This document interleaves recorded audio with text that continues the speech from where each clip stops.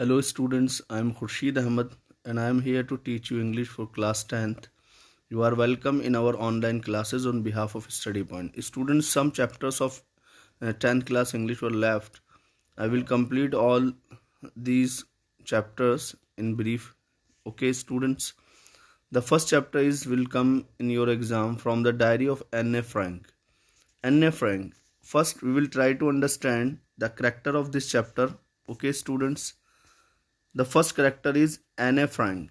Anne Frank, a 13 years old Jewish girl, एक 13 वर्षीय यहूदी लड़की है, who writes a diary while she is hiding in Amsterdam from the Nazis during World War II.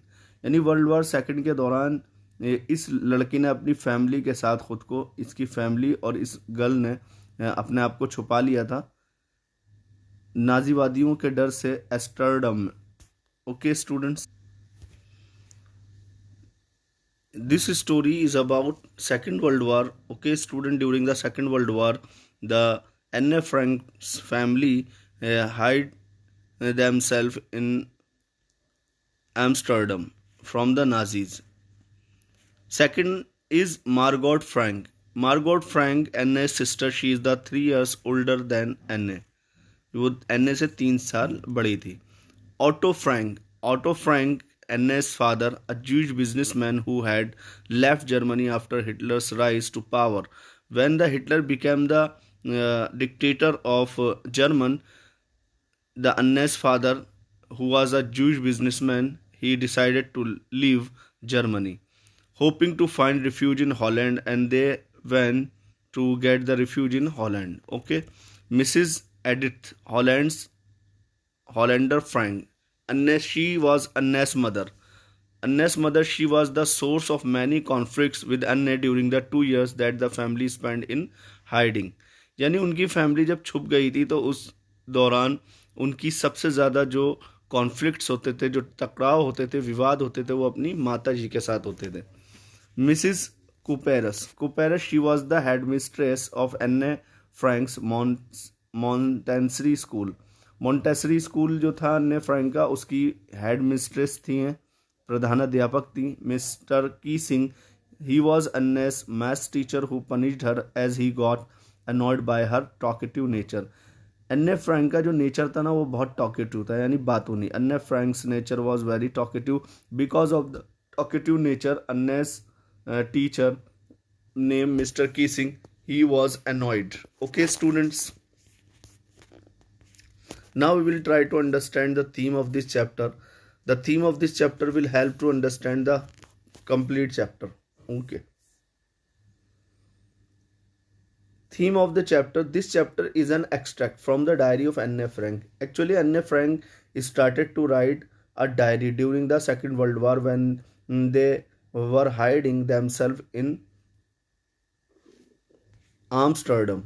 Okay students, 13 years old Jewish girl, एक 13 साल की Jewish लड़की, at the time of invention of German over Holland, जब German ने Holland पर आक्रमण किया उस दौरान हर फैमिली हाइड इटसेल्फ, तो उसकी फैमिली ने अपने आप को छुपा लिया था.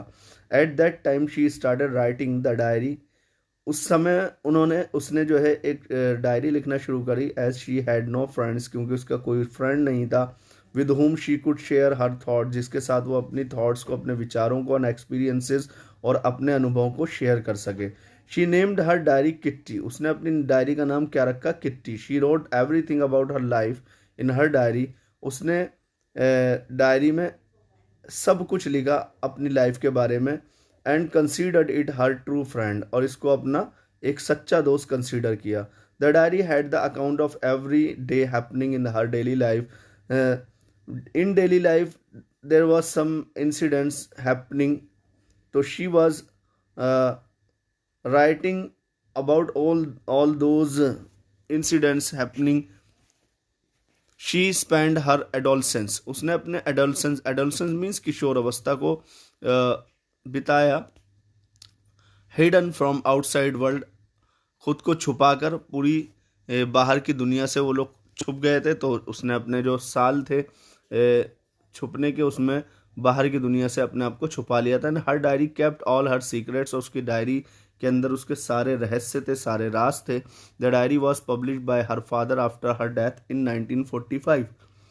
उसकी डेथ के बाद 1945 में उसके फादर ने इस डायरी को छपवाया। Are you getting student?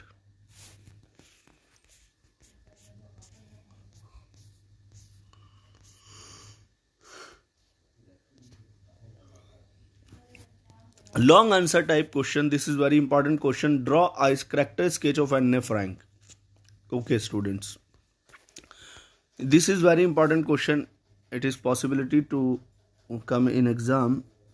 Introduction. Anne Frank was a 13 years old, smart and intelligent girl who shared her experiences happening and tells through a diary. Anne Frank एक 13 साल की स्मार्ट और इंटेलिजेंट लड़की थी जो शेयर करती थी अपने एक्सपीरियंस, अपने अनुभव को और सारी घटनाओं को, जो कुछ हो रहा था और कहानियों को अपनी डायरी में। शी फेल्ट लॉनली, वो अकेला महसूस करती थी because she did not have any friend, क्योंकि उसका कोई फ्रेंड नहीं था। And depicted all her happening in the diary, और अपनी डायरी में जितनी भी घटनाएं घटती थी उसका वो वर्णन करती। लोनली एंड सेंसिटिव, वो काफ़ी संवेदनशील थी और अकेली थी। Anne Frank felt lonely, Anne Frank को अकेलापन महसूस हुआ because she did not have any friend to talk, क्योंकि उसका कोई फ्रेंड नहीं था जिससे वो बात कर सके। She lived with her family but she could not share her intimate feelings with them. उसकी फैमिली थी लेकिन कोई अपनी फीलिंग्स को जो उसके अंदर आती थी अपनी फैमिली के साथ शेयर नहीं कर सकती थी। She could not go out because वो बाहर भी नहीं जा सकती थी because of invention of German over Holland. Invention German के हॉलैंड पर आक्रमण की वजह से वो बाहर भी नहीं जा सकती थी। Are you getting students? Emotional, she was very emotional girl, she was strongly attach with her grandmother even after her death. वो काफ़ी इमोशनल थी, संवेदनशील थी, भावुक लड़की थी। वो उसने अपने आप को अटैच किया हुआ था बहुत ज़्यादा अपनी ग्रैंड मदर, अपनी दादी से, इवन आफ्टर हर डेथ, यहाँ तक कि उनकी मृत्यु के बाद भी वो उनके साथ जो है जुड़ी रही। Are you getting students? Students, she was also attach to her teacher Mr Kuperus, वो अपने टीचर मिस्टर कुपेरेस से भी काफ़ी अटैच थी। एंड क्राइड, और रो पड़ी थी when she separated from her, जब वो उनसे अलग हो रही थी। कुपेरेस, मिसिस कुपेरेस है, Mr Kuperus, she is not a Mr Kuperus, she is Mrs Kuperus. Okay. Intelligent and smart, Anne was an intelligent, smart girl. She was every time when Mr. Kissing gave her an essay on the chatterbox subject, she justified the reason for being talkative. Actually, Mr. Kissing was her math teacher. Okay, during the class, she was very talkative, but Mr. Kissing did not like her talkative nature. So every time, whenever Mr. Kissing was annoyed by the Anne Frank, Mr. Kissing started to give her an essay to write. Okay, each time she wrote the essay on the chatterbox subject, she justified the reason for being talkative. She was favorite of all her teachers except Mr. Kissing. वो अपने सारे टीचरों के लिए favourite थी सिवाय Mr Keesing के। Creative, every time when Mr Keesing gave her punishment for writing an essay on her talkativeness.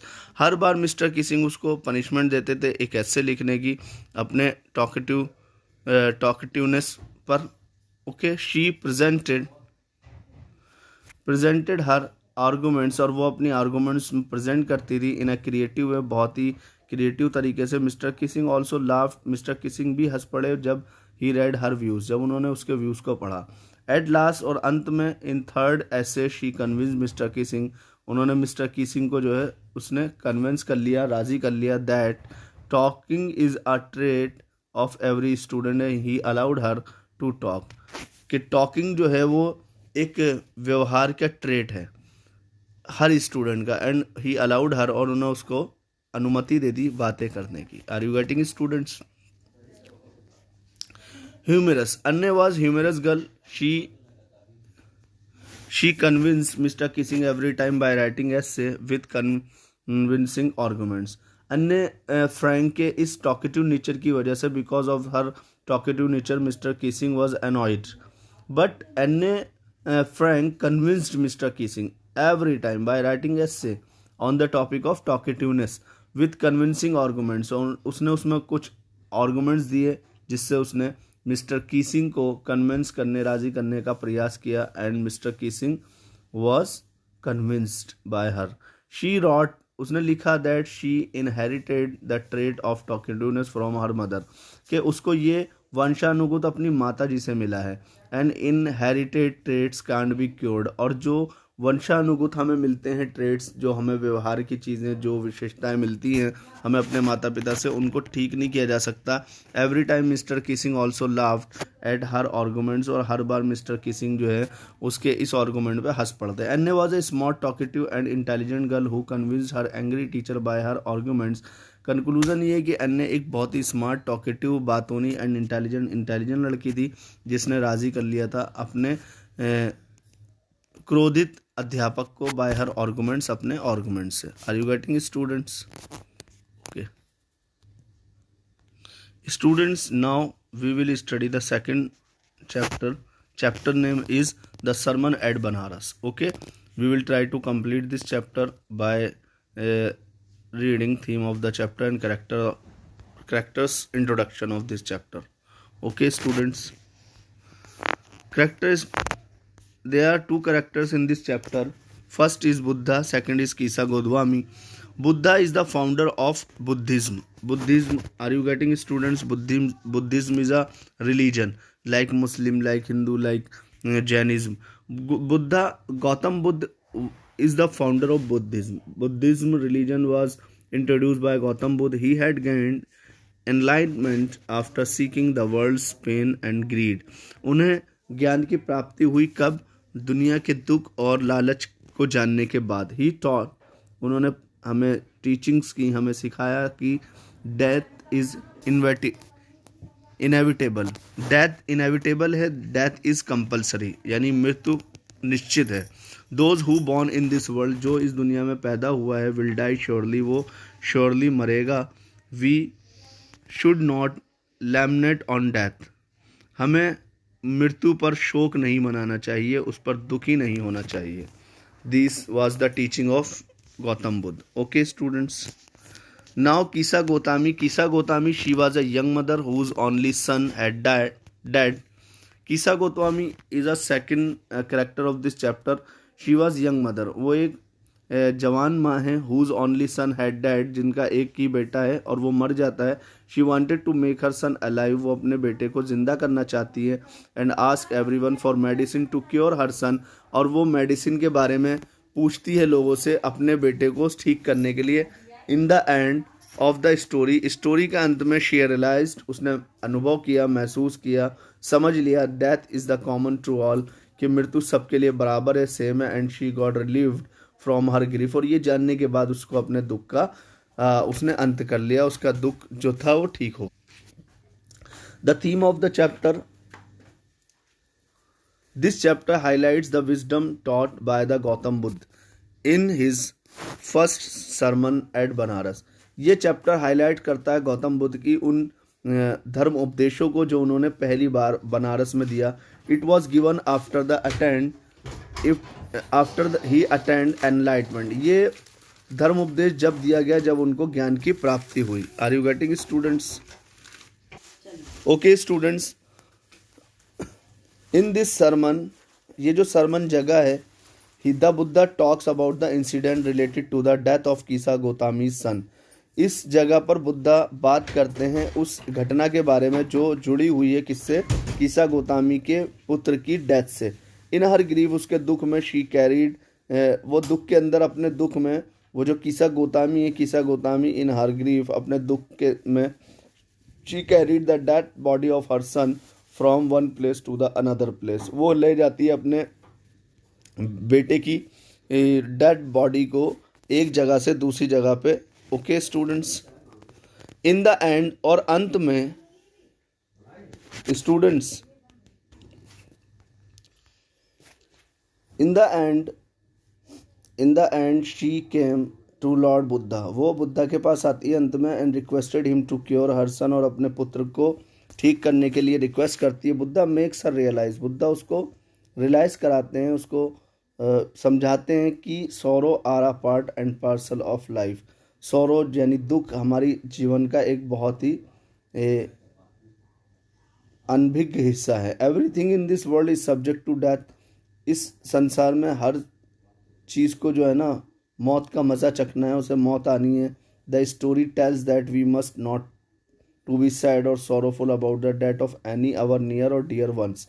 ये स्टोरी हमें बताती है कि हमें अपने किसी करीबी और अपने किसी प्रिय की मृत्यु पर बहुत ज़्यादा शोक नहीं मनाना चाहिए। Death is common to all and no one could avoid dying.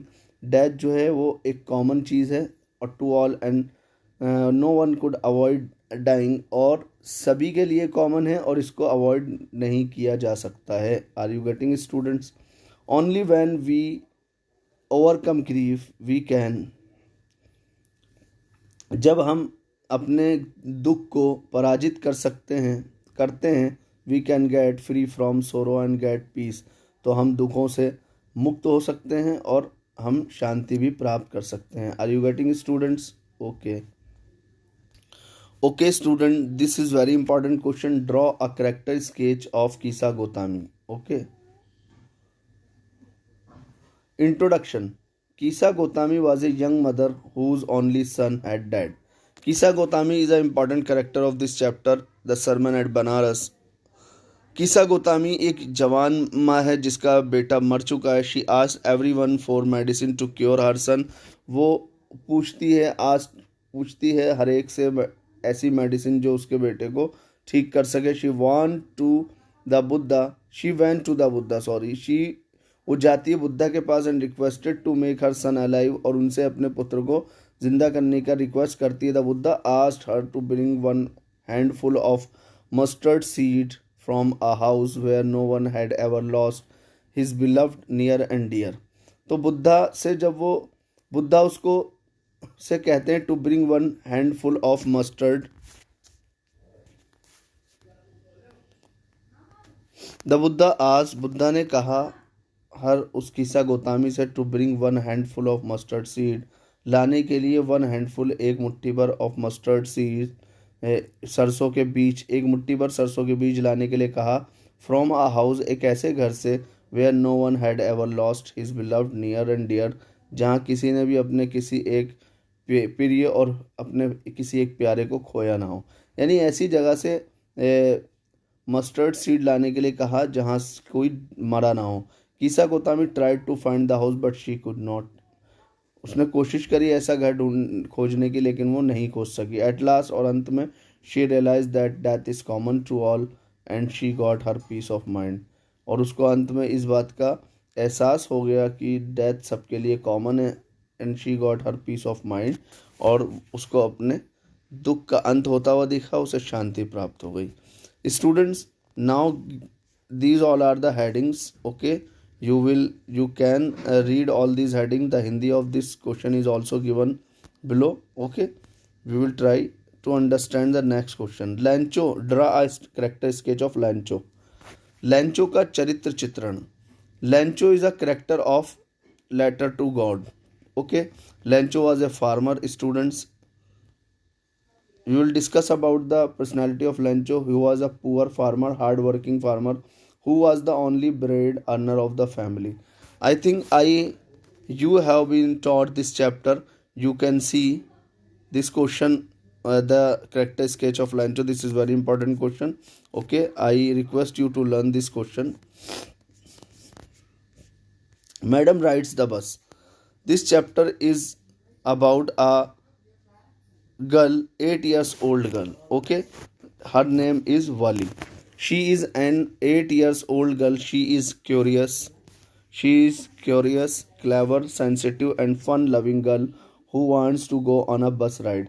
ये एक 8 साल की लड़की है जो काफ़ी क्यूरियस है, यानी जिज्ञासापूर्ण है, क्लेवर है, बहुत ही चतुर है, सेंसिटिव है, बहुत संवेदनशील है, एंड फन लविंग गर्ल, और मज़ा करना चाहती है, मनोरंजक लड़की है। Who wants to go on a bus ride, जो एक बस की सवारी पर जाना चाहती है। Okay students, The second character is given the bus conductor. He is conductor of that bus which Wali rides. ये वो उस बस का कंडक्टर है जिस पर वली सवारी करती. He is a jolly sort of the person. वो एक मजाकिया टाइप का आदमी है. He is impress by Valli. Valli से काफ़ी impress and teases her as madam. और वो वली को मैडम कहकर चिढ़ाता है. Are you getting students? This chapter name is madam rides the bus. This chapter is about a 8 years girl or 8 years old girl Wali. Theme of the chapter will try to understand the theme. It is a story about the first bus journey of an 8 years old girl. ये एक 8 साल की लड़की की पहली बस यात्रा की कहानी है जिसका नाम क्या है? Whose name is Valli. Through Valli. Valli के through the writer depicts the curious nature of the children. ये जो वली का कैरेक्टर है ना इस चैप्टर में, इस कैरेक्टर के थ्रू जो राइटर है इस कहानी का वो बताना चाहता है, वो वर्णित करना चाहता है the curious nature of the children, बच्चों के जिज्ञासुपूर्ण नेचर को. The story also shows. ये स्टोरी हमें दिखाती है कि how easily children are fascinated, कि कैसे बच्चे बहुत जल्दी फैसिनेटेड हो जाते हैं यानी प्रभावित हो जाते हैं by new things and their curiosity, नई नई चीज़ों से. तो बच्चे बहुत जल्दी नई नई चीज़ों से प्रभावित हो जाते हैं. एंड देयर क्यूरियोसिटी, और उनकी जो क्यूरियोसिटी, उनकी जो जिज्ञासा है, डज नॉट एंड, वो अंत नहीं होता उसका, without experiencing the delights of fantasy life, जब तक वो उसका अनुभव ना कर लें, जब तक वो उससे मज़े ना ले लें, यानी उसकी काल्पनिक जीवन से उनको अनुभव प्राप्त ना कर लें. Are you getting students? Okay. Valli has a strong desire to go on a bus ride. वली की एक बहुत ही इच्छा है बस की सवारी करने की. शी सेव्स मनी, वो पैसे बचाती है. And when she had enough money, और जब उसके पास बहुत सारे पैसे हो जाते हैं, शी बोर्ड्स द बस, तो बस में यात्रा करती है. हर journey turns out to be a brief experience of the harsh realities of life. उसकी जो जर्नी है वो उसको अनुभव कराती है कि जीवन की वास्तविकता के दुखों से उसको अनुभव प्राप्त होता है. शी लर्न्स, वो सीखती है that many things in the world, कि इस संसार में बहुत सारी चीज़ are beyond our knowledge and experience, कि इस संसार में बहुत सारी चीज़ें अभी हमारे ज्ञान और हमारे अनुभव से बहुत परे हैं. Are you getting students? Okay. The experience of her first bus ride has been describe by Valli Kannan in a humorous and rambling way. जो एक्सपीरियंस है उस लड़की का बस की यात्रा का, उसका वर्णन किया है वली कनान ने बहुत ही ह्यूमरस, बहुत ही मजाकिया तरीके से. थ्रू दिस स्टोरी, इस स्टोरी के माध्यम से we get to see the world from the perspective of child, कि हम देख सकते हैं दुनिया को एक बच्चे की नज़र से. पर्सपेक्टिव ऑफ अ चाइल्ड, एक बच्चे की दृष्टि से. This story shows curiosity. ये स्टोरी दिखाती है क्यूरियोसिटी को, इच्छा को, ड्रीम्स को, डिटर्मिनेशन को, यानी डिटर्मिनेशन कहते हैं इरादे की पुख्तगी को, and innocence of a child, और एक बच्चे की मासूमियत को. Are you getting students? Okay. Next I would like to tell you to read the short answer type question of this chapter. I will send the PDF of short answer type question of this chapter. Okay students, now we will try to understand new poem Amanda. This Amanda poem is written by the Robin Klein. Okay, we will try to understand the central idea of this poem. Amanda is a poem written by the Robin Klein. The central idea of this poem is Amanda is a poem about child psychology. ये Amanda जो poem है ये child psychology, बाल मनोविज्ञान पर आधारित है. The poet tells us, जो पोएट है, जो पोएम है, जो कविता है, वो हमें बताती है अबाउट ए लिटिल गर्ल, एक छोटी सी लड़की के बारे में, हुज नेम इज़ अमांडा, जिसका नाम क्या है? Amanda. She is constantly and continuously being scolded most probably bye her mother. उसको लगातार उसकी माँ के द्वारा उसे डांटा जाता है. बट अमांडा इज़ लॉस्ट, लेकिन अमांडा खोई होती है इन हर ऑनवर्ड, अपनी ही दुनिया में. The frequent interference make her very unhappy. जो दखल अंदाज़ी है, बार बार की दखल अंदाज़ी जो उसकी माँ करती है उसके जीवन में, वो उसको नाखुश कर देती है. दखल अंदाज़ी. शी वांट्स, वो चाहती है फ्रीडम, आज़ादी, फ्रॉम ऑल रिस्ट्रिक्शंस, सारे रिस्ट्रिक्शन से, एंड ड्रीम्स, और वो स्वप्न देखती है to lead a life of a mermaid, एक मरमेड, एक जल परी की तरह जीवन जीने की का सपना देखती है। इन द एमराल्ड सी, एक चमकीले समुद्र में। Where she is the only inhabitant, जहाँ वो सिर्फ और वो ही निवासी होती है। ये वो स्वप्न देखती है कि she were be mermaid. Okay, she feels that an orphan has more freedom than her. वो इस बात को अनुभव करती है कि एक ऑर्फन, एक अनाथ जो बच्चा होता है, उसके पास भी उससे ज़्यादा फ्रीडम है। The little girl does not pay attention to what her mother is saying.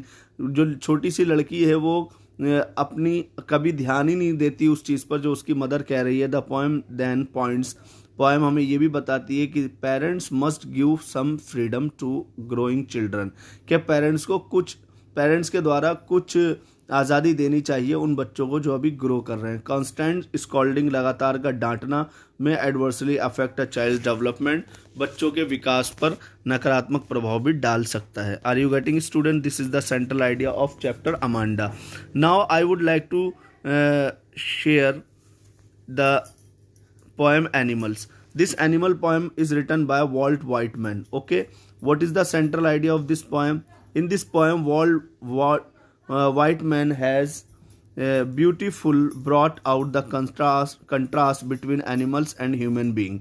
उन्होंने बहुत ही सुंदर तरीके से इस पोएम में इन जानवरों और मानव के बीच में एक अंतर को दिखाया है। Are you getting? According to the poet के अनुसार animals are better than the human beings, के एनिमल जो जानवर है ना वो मानव से बेहतर हैं, मानव से अच्छे हैं। How? And all the qualities that human lack और हैव फॉरगॉटन, और वो सारी क्वालिटीज जो ह्यूमन लैक, जिसका अभाव है इंसान में, और हैव फॉरगॉटन या जिन क्वालिटीज को मानव भूल गया है।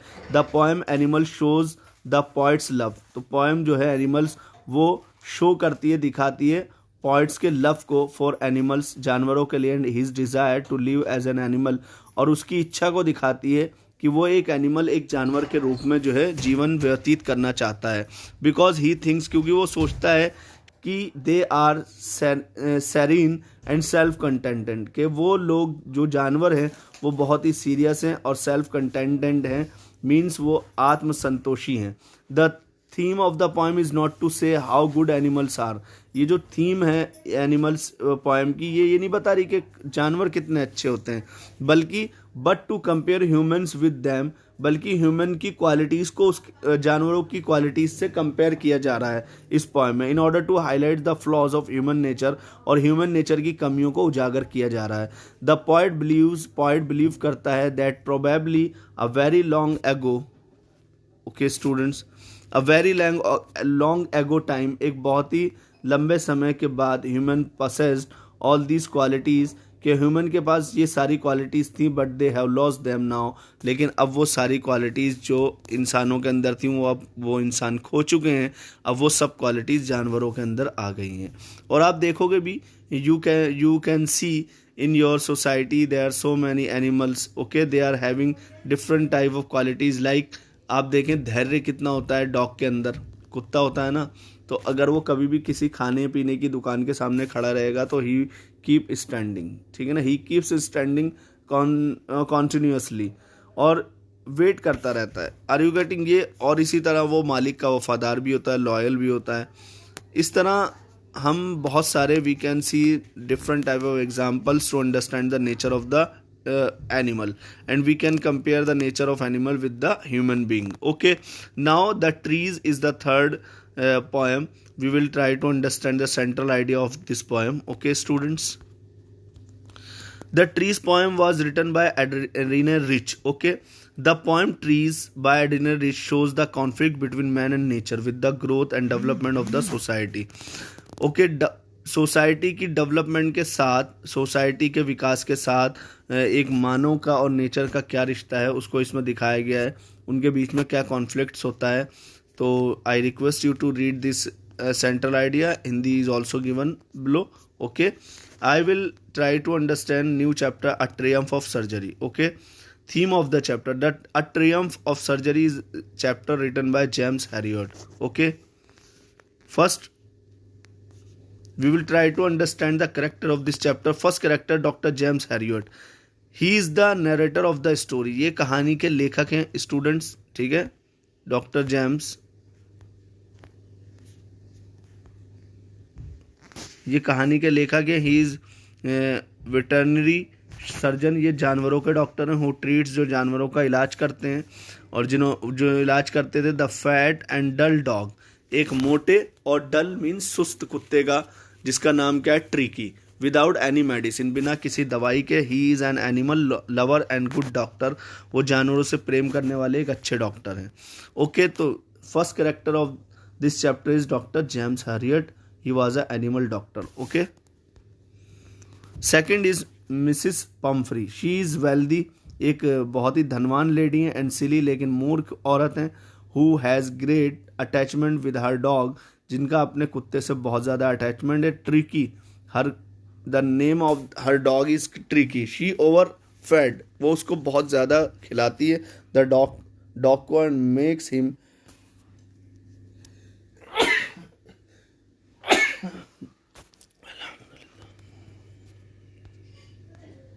Okay student, sorry, she over fed the dog and makes him fat, dull and sick, और वो उसको इतना खिलाती है कि उसको, कुत्ते को बना देती है मोटा, सुस्त और सिक और बीमार। Are you getting students? Okay, Tricki is the third character of this chapter. Tricki is a fat and lazy dog. Tricki is a dog, pet dog of Mrs Pumphrey. He was lazy and very fat, बहुत मोटा है, बहुत सुस्त है। Who loves food, जो खाना ही पसंद करता है। He can eat food any time, वो कभी भी खा सकता है खाना।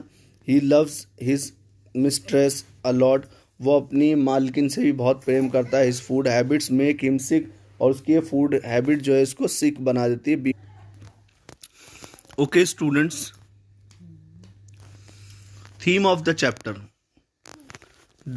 This story talks about the affection we have for the one whom we love the most. ये स्टोरी उस अफेक्शन के बारे में बता रही है जो हमें उससे हो जाता है जिससे हम सबसे ज़्यादा प्यार करते हैं। द नरेटर डिस्क्राइब, जो इसका लेखक है वो वर्णित करता है the excessive love of Mrs Pomfrey for her dog, कि मिसिस पम्फ्री को अपने डॉग से जो प्रेम था बहुत अधिक, उसका वर्णन इस कहानी में किया गया है। हर डॉग्स नेम इज ट्रिकी, उनके डॉग का नाम क्या था, tricky. The dog is over fed by his wealthy mistress, dog को बहुत ज़्यादा खाना खिलाया जाता है उसकी धनवान मालकिन के द्वारा। एंड दस, और इस प्रकार, is hospitalise under the care of surgeon, और because of the over fed the dog became the sick and ill, और because of the illness the dog was hospitalise under the care of surgeon, इसकी वजह से उसे एक hospital में भर्ती कराया जाता है एक सर्जन की देखरेख में।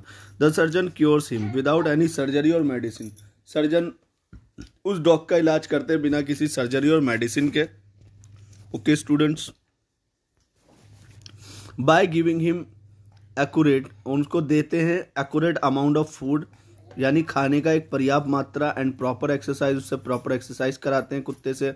ही transforms a fat and dull dog into a fit, और वो उसको एक फैट कुत्ते से और डल कुत्ते से, यानी फैट और सुस्त, मोटे और सुस्त कुत्ते से उसको बना देते हैं fit, active and strong dog, एक फिट, एक्टिव और स्ट्रॉन्ग कुत्ता बना देते हैं। Are you getting?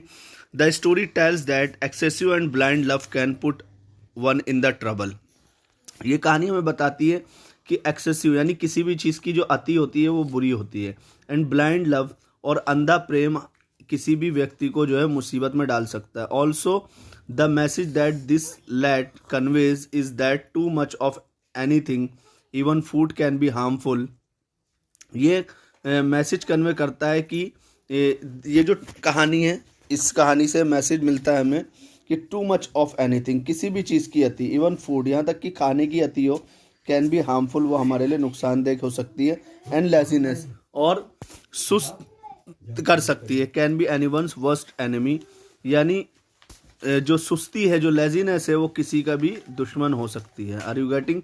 जिसको हम आलस्य कहते हैं। Okay students, now the question is given, describe the lavish lifestyle that Tricky had. Tricky is a dog. Okay, Tricky was a dog of Mrs. Pumphrey. Okay, you have to write the lifestyle of Tricky. The Hindi is also given below. If you are facing any problem to understand all these things, you can contact me. Okay students,